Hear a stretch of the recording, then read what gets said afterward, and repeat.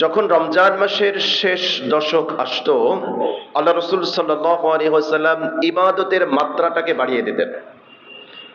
সবসময় তিনি বেশি ইবাদত করতেন, কিন্তু রমজান মাসের শেষ দশকে আল্লাহ রসুল সাল্লাল্লাহু আলাইহি ওয়াসাল্লামের ইবাদতের পরিমাণ বৃদ্ধি পেত।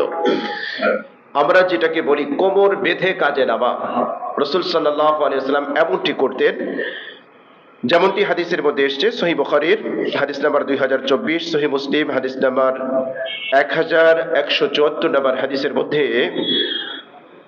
আম্মাজান আয়েশা রাদিয়াল্লাহু তাআলা আনহা থেকে বর্ণিত, তিনি বলেন, কানা নবী সাল্লাল্লাহু আলাইহি ওয়াসাল্লাম ইযা দাখালা আল-আশরু শাদ্দা মি'সারা ওয়া আহইয়া লাইলা ওয়া আইকাযা আহলা। আম্মাজান আয়েশা রাদিয়াল্লাহু তাআলা আনহা বলেন, যখন রমাদানের শেষ দশক আসতো, আল্লাহ রসুল সাল্লাল্লাহু আলাইহি ওয়াসাল্লাম তিনটি কাজ করতেন। এক নম্বর, শাদ্দা বি'সারা, তিনি লুঙ্গি শক্ত করে বাঁধতেন। তো লুঙ্গি শক্ত করে বাঁধা, এর দ্বারা উদ্দেশ্য কি? দুটো উদ্দেশ্য। এক নম্বর উদ্দেশ্য হচ্ছে আমলের প্রতি রসুল সাল্লাল্লাহু আলাইহি ওয়াসাল্লামের চেষ্টা প্রচেষ্টা আগের তুলনায় বৃদ্ধি পেত। যেমন আমরা কথায় বলে থাকি, অমুকে এই কাজটি শেষ করার জন্য কোমর বেঁধে নেমেছে, অমুক ব্যক্তি এই কাজটি করার জন্য মাজায় গামছা বেঁধে নেমেছে, আমরা বাংলা ভাষায় যেটা ব্যবহার করে থাকি।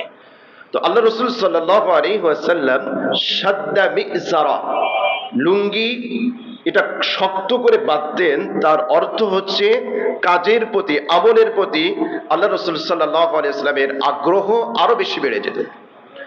দুই নম্বর হচ্ছে লুঙ্গি শক্ত করে বাঁধা, এর দ্বারা উদ্দেশ্য হচ্ছে নবী করিম সাল্লাল্লাহু আলাইহি ওয়াসাল্লাম তার সহধর্মিণীদের সংস্রব থেকে তিনি দূরে থাকতেন।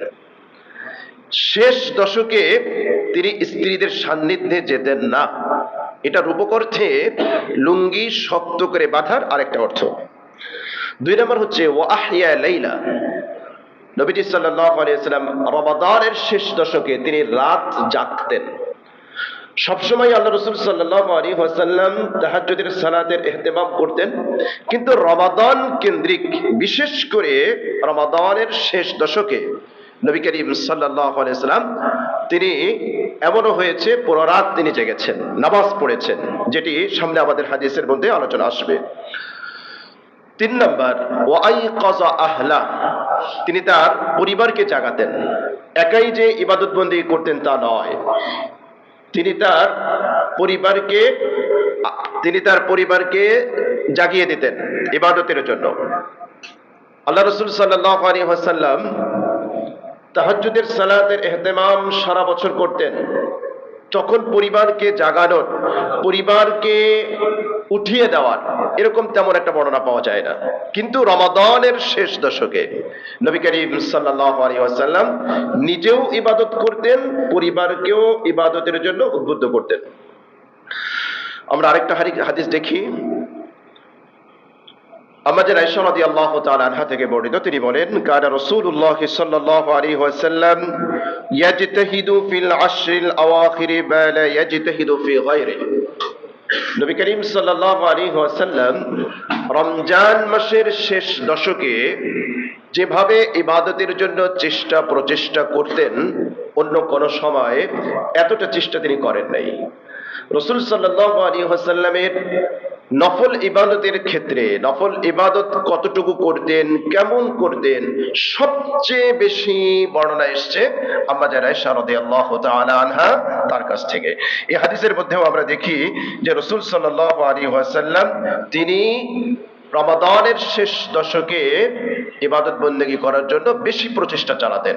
কাজেই রাসূল সাল্লাল্লাহু আলাইহি ওয়াসাল্লাম তার এই ধরনের আমল থেকে প্রমাণ বহন করে বা আমাদের জন্য দিক নির্দেশনা। আমরা তো আলহামদুলিল্লাহ রমাদানে কিছু ইবাদত তো করি, কিন্তু শেষ দশকে যেন আমাদের ইবাদতের মাত্রাটা আরো বেড়ে যায়, আরো যেন বেশি করি। আমরা দেখি ওমর ইবনুল খাত্তাব রাদিয়াল্লাহু তাআলা আনহু, তার ব্যাপারে একটি হাদিস এসছে মুওয়াত্তা মালিকের মধ্যে, হাদিস নাম্বার 389। মুয়াত্তায় যেভাবে বর্ণনাটা এসেছে, আন ওমর ইবনে খাত্তাব রাদিয়াল্লাহু তাআলা আনহু কানা ইউসাল্লি বিল লাইল মা শা আল্লাহু হাত্তা ইযা কানা মিন আখিরিল লাইল আইকাযা আহলাহু লিস-সালাত। ওমর রাদিয়াল্লাহু তাআলা আনহু তিনি তাহাজ্জুদের সালাত আদায় করতেন। শেষ রাত্রিতে তিনি তার পরিবারকে জাগাতেন, পরিবারকে উঠাতেন। আইকাযা আহলাহু লিস-সালাত ইয়াকুলু লাহুম আস-সালাত আস-সালাত ثم يتلو هذه الآية وأمر أهلك بالصلاة واصطبر عليها।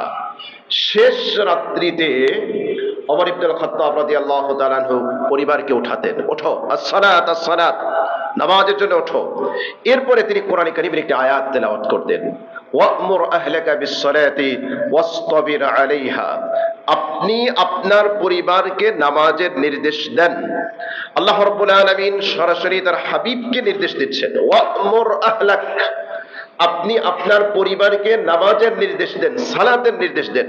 ওয়াসতাবির আলাইহা, অবিচল থাকুন। এরকম যেন না হয় পরিবার নামাজ পড়ে না, একদিন বছরে একদিন আমি বলেছি, নো, পরিবার নামাজ পড়ে না। এই পরিবারকে নামাজি করার সর্বপ্রথম দায়িত্ব হচ্ছে আপনার। আলহামদুলিল্লাহ, আমাদের অনেক মুসল্লি, অনেক ভাই পাঁচ ওয়াক্ত সালাত বা জামাত আদায় করেন, ওয়েলকাম আপনাকে। কিন্তু আপনার স্ত্রী নামাজ পড়ে না, আপনার ছেলে নামাজ পড়ে না, আপনার মেয়ে নামাজ পড়ে না। ফজরের সময় আপনি ফার্স্ট ক্লাস মুসল্লি, প্রথম কাতারের মুসল্লি, কিন্তু আপনার স্ত্রী 8টা-10টার সময় ঘুম থেকে জাগ্রত হয়। হে আমার প্রিয় ভাই, এটা আমাদের জন্য খুবই দুঃখজনক। আপনি পরিবারের প্রধান, আপনার দায়িত্ব কর্তব্য আছে। কোরআন আপনাকে নির্দেশ দিচ্ছে, ইয়া আইয়ুহাল্লাযীনা আমানু কু আনফুসাকুম ওয়া আহলিকুম নারা। হে বিশ্বাসীগণ, তোমরা নিজেরা জাহান্নাম থেকে বাঁচো, পরিবারকে জাহান্নাম থেকে বাঁচাও। আপনার পরিবার নামাজ না পড়ে প্রত্যেক দিন নামাজ কামাই দেয়, তার মানে হচ্ছে সে এক পা করে করে জাহান্নামের দিকে চলে যাচ্ছে আপনার চোখের সামনেই, অথচ আপনি কোনো কথাই বলছেন না। পরিবারের প্রধান হিসেবে আপনি কিন্তু দায়িত্ব এড়াতে পারবেন না। নবীজি সাল্লাল্লাহু আলাইহি ওয়াসাল্লাম বলেছেন, কুল্লুকুম রাঈন ওয়া কুল্লুকুম মাসউলুনা আন রাঈয়াতিহি। প্রত্যেক দায়িত্বশীল ব্যক্তিকেই জিজ্ঞেস করা হবে তার অধীনস্থদের ব্যাপারে। আপনি কিন্তু জিজ্ঞাসিত হবেন, আপনাকে জবাব দিতে হবে। সুতরাং এই জায়গায় গাফলতি করার কোনো সুযোগ নেই। এই জায়গায় তাবলীগ করা ফরজ, ফরজ আইন, মনে রাখবেন এটা। আপনি তো আলহামদুলিল্লাহ নামাজ পড়েন, কিন্তু আপনার ছেলে নামাজ পড়ে না। ছেলেকে নামাজি করার এই জায়গায় তাবলীগ করা আপনার জন্য ফরজ, আমার জন্য ফরজ, প্রত্যেকের জন্য ফরজ।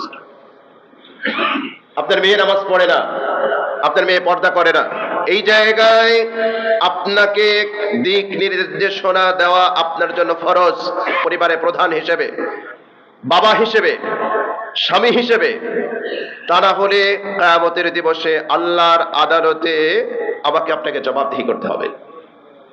আল্লাহর আদালতে কিন্তু আমরা পার পাবো না। এই জায়গাগুলো আমরা খেয়াল রাখবো। তাহলে শেষ দশকের আমলের দিকে যদি আমরা তাকাই, রাসূল করিম সাল্লাল্লাহু আলাইহি ওয়াসাল্লাম যে আমলটি করতেন, আমলের পরিমাণ তিনি বাড়িয়ে দিতেন।